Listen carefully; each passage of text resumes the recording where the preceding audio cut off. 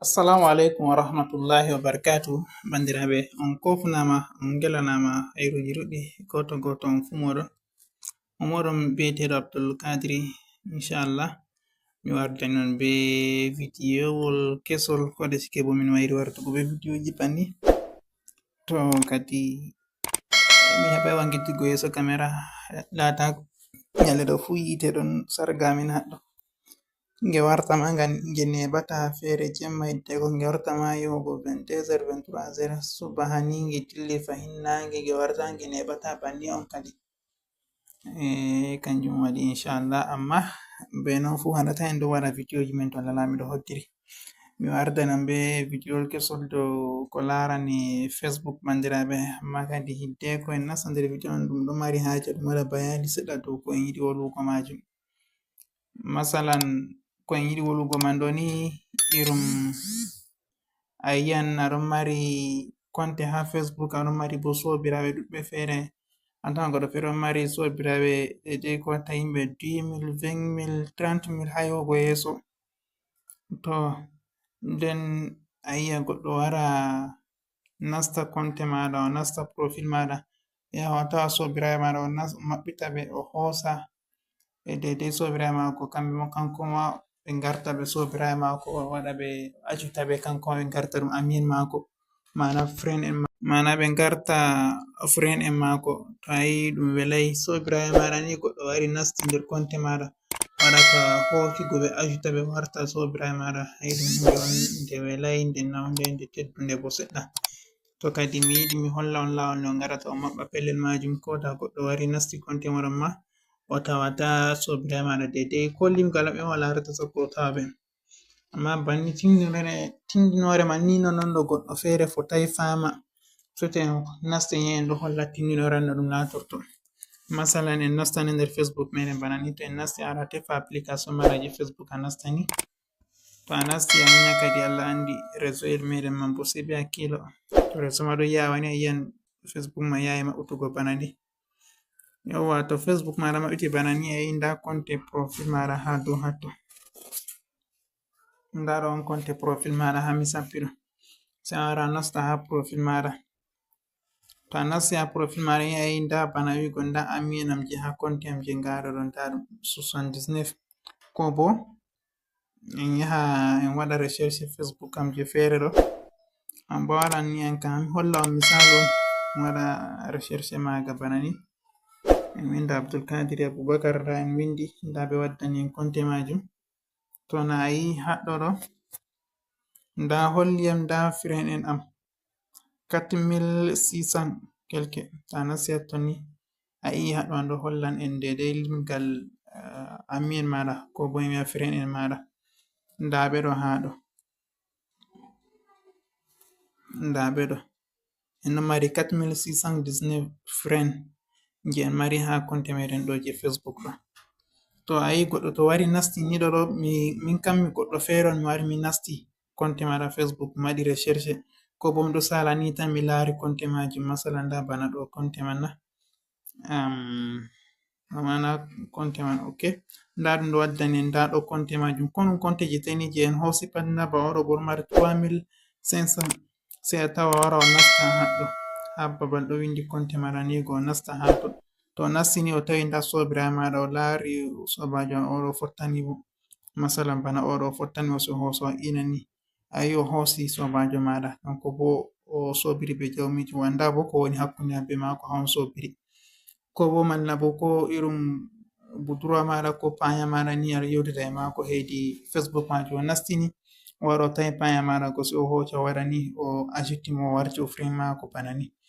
To o warti friend mako sai o hosa o wara oɗo yewtida e mako, ayi foti ɓe gewta sirri maɗa an je a yewtata be sobajo mako, kanko bo warta oɗo yewtida be jawmijum, ayi ɗum welai. To mi hollan on lawol no njahata on maɓɓa ɗo majum, ko da goɗɗo ari waɗi recherche moɗon ha Facebook o tawan babal majum ɗon maɓɓi, o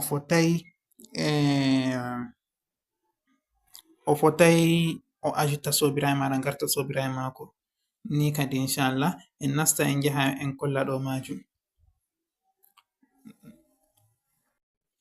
To masala en koddira bana wi'ugo ɗo on konte meɗen je en giɗi en maɓɓa firen en maaga ko da goɗɗo nasti larata firen en maja sakko ma o hosa firen en majum en lorni dow konte meɗen je to ɗo on gi nda konte majum on gi nana ngaɗo no woni no haɗɗo to ta wari ni a wara a nasta nda ha a yiyata didi tati ha dow ɗo nda ɗo didi tati ɗo amma banda mai don dilla useni mi siptinorai ma to a latake a keso ha chain meɗen je fasaha tv ɗo mi luttore useni a habdo ni ngam Allah ngam annabijo Allah heɓa abona ha chain majum useni mi torake maɗa a abona a ɓiɗɗana video ɗo like a partage na sobiraɓe maɗa ta a wari ha Facebook man bana ni bo a wara foti a wara ha babal recherche bana ni ɗo a hosa a winda fasaha 90 ndani bana miɗo winda ɗo fasaha 90 tv mi tammi on yine mi windiri so mi waɗa recherche bana ni to mi waɗi recherche ni on yiyan ɓe waddanan on konte amin bana ni nda fasaha 90 ma on yiyan photo mallumjo ɗo bana ni koda shike bo min haɓɓi sanyugo profil majum to on yi photo mako bana ni on yiyan ha pellel ɗo abonaki babal following ɗo on yiyan ɗo waɗi followers kawai ami foda ittugo en giya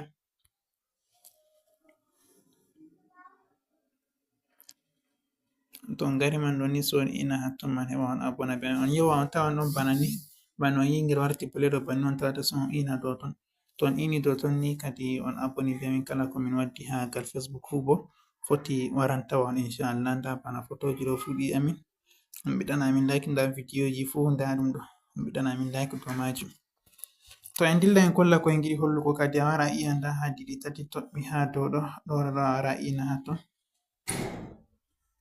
yawa to a iyi hatton a munya seɗɗa maɓɓitante bana yiyata haɓɓi waddugo ɗo réseau meɗen man bo ɗo dérange sei be hakkilo sei be munyal sei be de'itare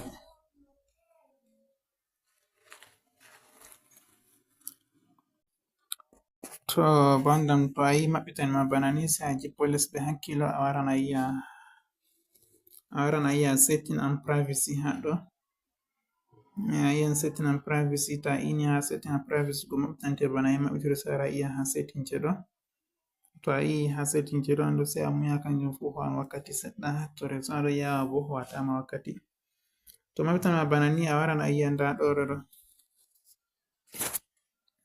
nda haɗɗo ɗo mi waɗi didi ni ɗo hatton a warta a nasta yauwa to a nasti hatton man a munya kanjum fu han wakkati seɗɗa hidde ko maɓɓito to maɓɓitake waddante bana a yiyata ɗo nayi kujeji ɗon pelle fere fere haɗo nda ɗo nda ɗo nda ɗo nda ɗo nda ɗo on gi hami sappiro fu to sai a wara a nasta ha je premier je ɗo a warata a nasta mi holla je premier ɗum je toyi nda ɗum ɗo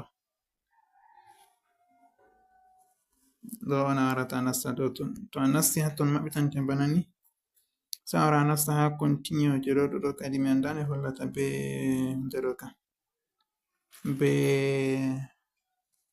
français amma be anglais kam holli ma continue mi tan mi hollan ko suivant tema to sai a wara a nasta ha continue majum ɗo banda yauwa to a nasti ha ton a munya waddante bana ni a wala haje min go ate to foti bo en waɗa misalu nda ha dow ɗo ɓe holli ta suudan nimoro maɗa an kam ni je mi mari haje hollugo je tan en hollata to waɗi ma banni sai a jippo les be hakkilo a wara haɗɗo a yiyan nda pelle ɗon ɗiɗi haɗɗo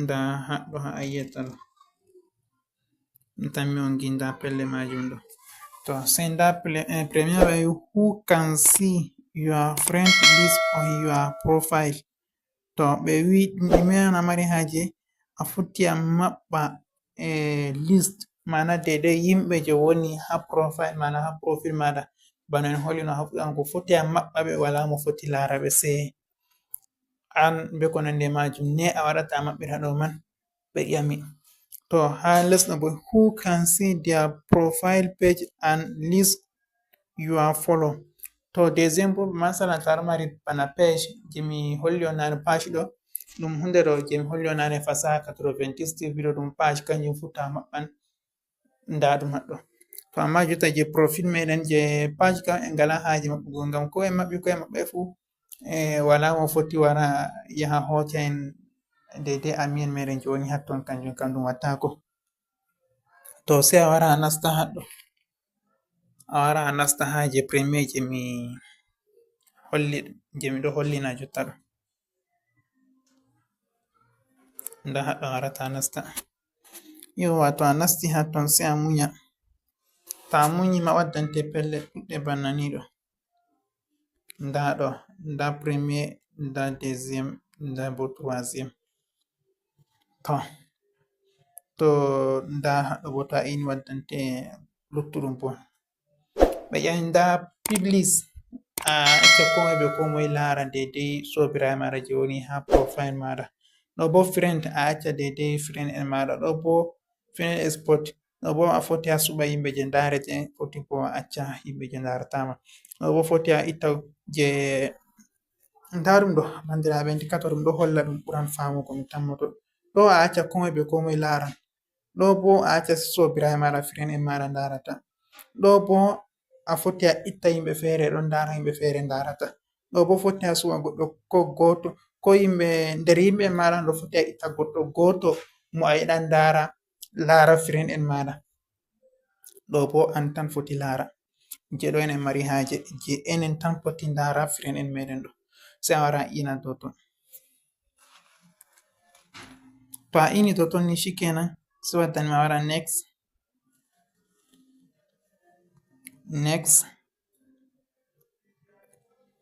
To a waɗi banni sai a wara next fahin.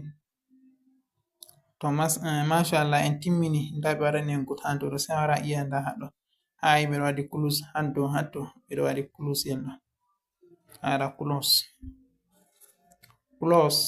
Mashallah en timmindiri be ko en mbi en kollata majum. Takanne en njata en keɓtira en maɓɓina ko en maɓɓai ɗo majum ɗo ha loro ɓawo.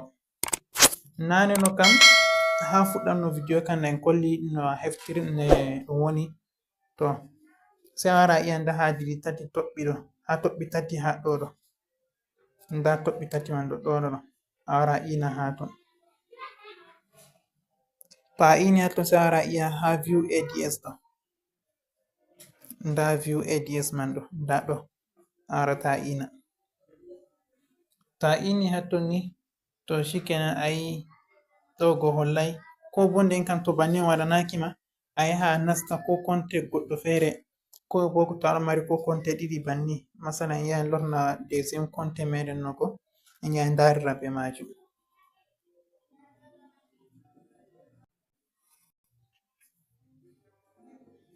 Yauwa en lorna konte majum en yaha en ndara be majum. To nda en lorni konte ne sai en nasta babal recherche haɗɗo en winda. En winda Abdulkadir go ha konte je en yahi en maɓɓi hunderel go. To en bindi no ayi ha babal je ɗo holli no 4000 kelke no amiran go ayi ɗum majji kanjum ka en maɓɓi. Goɗɗo fotai wara nasta ho'a sobajo meɗen. Nda 39 matchwal ɗo kala mo nasti konte maɗa pat to woli goɗɗo on je ɗo hautindiri on a sobajo waine an kanko bo o sobajo oyago on non kauti on nayo fu on sobiraɓe.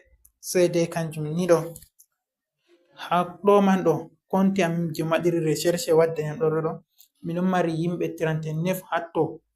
Nden haɗɗo bo kamɓe ɓe mari hatto 39 go ha konte je nga bo miɗon mari ɓe kamɓe ma yimɓe 39 majum. Ayi min kauti babal gotel min tato pat min sobiraɓe kanjum kam wala no ɗum suɗoro. Sai dai ɓe min kautai min sobiraɓe bana luttuɓe go kamɓe kam Facebook suɗani en wala mo foti lara sai enen.